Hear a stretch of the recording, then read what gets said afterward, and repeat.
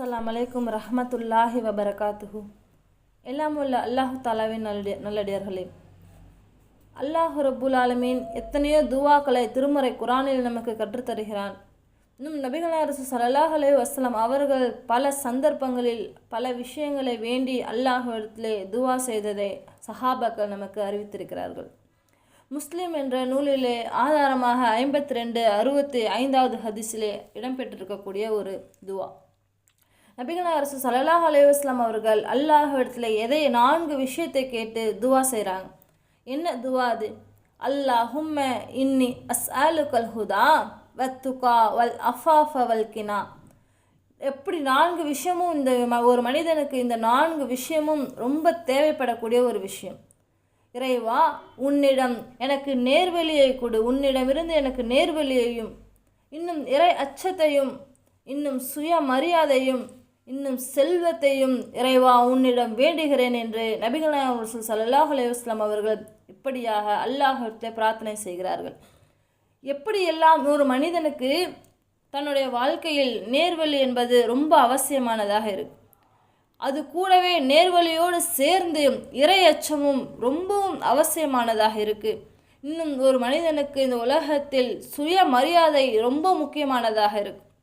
இன்றைக்கி எத்தனையோ பேரை பார்க்கலாம், கடனின் காரணமாக, இன்னும் வட்டியின் காரணமாக, அல்லது பல தவறான காரணங்களின் காரணமாக சுயமரியாதையே இழந்து நிற்கக்கூடிய எத்தனையோ ஆண்கள் பெண்கள் இருக்கக்கூடிய இந்த உலகத்தில் நபிகள் நாயகம் ஸல்லல்லாஹு அலைஹி வஸல்லம் அவர்கள் அல்லாஹ்விடத்தில் கேட்கிறார்கள், இறைவா என்னை சுயமரியாதையோடு வாழச் செய், எனக்கு சுயமரியாதை கொடு. ஒவ்வொரு மனிதனுக்கும் சரி சுயமரியாதை என்பது அவசியமாக இருக்குது. ஒரு கணவன் மனைவியிடத்திலே சுயமரியாதையோடு வாழ வேண்டும், ஒரு மனைவி கணவரிடத்திலே சுயமரியாதையோடு வாழ வேண்டும், பிள்ளைகள் சுயமரியாதையோடு வாழ வேண்டும். அவர்களுக்கென்று அவர்களுடைய சுயமரியாதை ஒன்று இருக்குது, மானம் என்று ஒன்று இருக்குது. தன்னுடைய மரியாதையை எதிர்பார்ப்பாங்க, தனக்கும் மதிக்க வேண்டும், பிறர் மதிக்க வேண்டும் என்ற அந்த மரியாதையை எதிர்பார்ப்பார்கள். அதுதான் தனக்கான சுயமரியாதை. அதை அல்லாஹ்விடத்தில் நாம் கேட்க வேண்டும். இன்னும் சொல்வதாக இருந்தால், எத்தனையோ குடும்பத்தில் கணவர் மனைவியை மதிக்கிறதில்ல, மணவர் கணவனை மதிக்கிறதில்ல, இன்னும் பிள்ளைகள் பெற்றோர்களை மதிக்கிறதில்ல, அதே போல் பெற்றோர்களும் பிள்ளைகளை மதிக்காத சூழ்நிலை இருக்குது. ஆனால் அல்லாஹுடைய தூதர் ஒவ்வொரு மனிதனுக்கும் அவனுடைய சுயமரியாதை உண்டு, அதை நாம் பேணி பாதுகாக்க வேண்டும். 4 பேருக்கு மத்தியில் திட்டக்கூடாது. அவள் இன்னும் ஒவ்வொரு ஆண் மீதும் தவறாக அவன் நடந்தாலும் என்று சொன்னாலும் கூட அந்த தவறை மறைத்து எல்லோரும் முன்னோடியும் அவருடைய மான மரியாதையை குலைத்து விடக்கூடாது.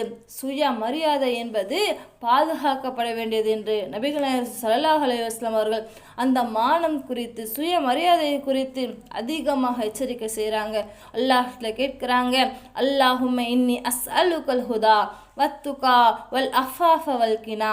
இறைவா உன்னிடம் நேர்வழியையும், இன்னும் இறையச்சத்தையும், இன்னும் சுயமரியாதையையும், இன்னும் செல்வத்தையும் வேண்டுகிறேன் யா அல்லாஹ். கடைசியாக ரசூலுல்லாஹ் சொல்கிறாங்க, ஒரு மனிதனுக்கு செல்வம் என்பது ரொம்ப அவசியமானதாக இருக்குது.